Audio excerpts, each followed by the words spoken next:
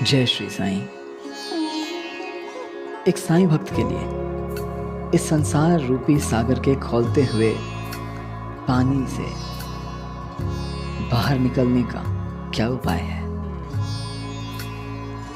श्री साईं सच्चरित्र के 17वें अध्याय के 103वीं ओवी में श्री हेमाड पंत जी कहते हैं कि वास्तव में संसार रूपी सागर के खौलते हुए पानी में कौन सुखी रह सकता है, जब सागर आधी दैविक आध्यात्मिक और आधी भौतिक वड़वानल की ज्वाला में तप रहा हो।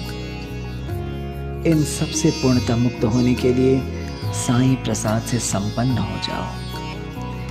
आदर पूर्वक उनके सच्चरित्र का श्रवण, मनन और पठन करो।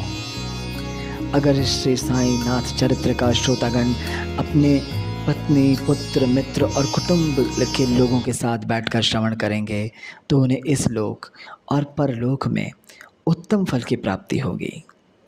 यथार्थ में बाबा की लीला विचित्र है। केवल सौभाग्यशाली और श्रद्धालु ही इन कथाओं का श्रवण करेंगे। जब कोई निर्मल हृदय से इन कथाओं का श्रवण करेगा, शांति स्वतः ही प्राप्त हो जाएगी। इस कथा रूपी झरने के बहाव में कर्मों और अकर्मों का नमक खुल जाता है और उनके श्रवण से साईं का सुंदर स्वरूप आँखों के समक्ष आ जाता है। साईं चरित्र के श्रवण से सभी पाप नष्ट हो जाते हैं। इनकी कथाओं के श्रवण से श्रोतागण मृत्यु से लड़कर उसे पराजित कर देते हैं और श्रोताओं को बिना प्रयास के परम उल्लास की अनुभूति होती है। इस कथा के श्रवण से अंतःकरण शुद्ध होता है।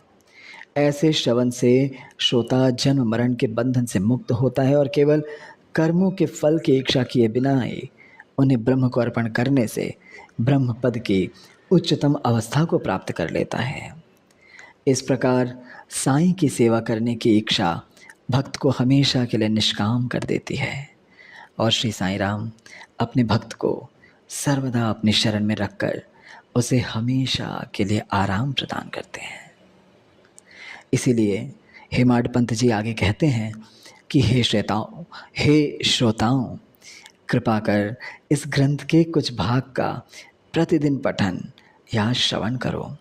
नित्य आदरपूर्वक इसका मनन और निधिध्यासन करो।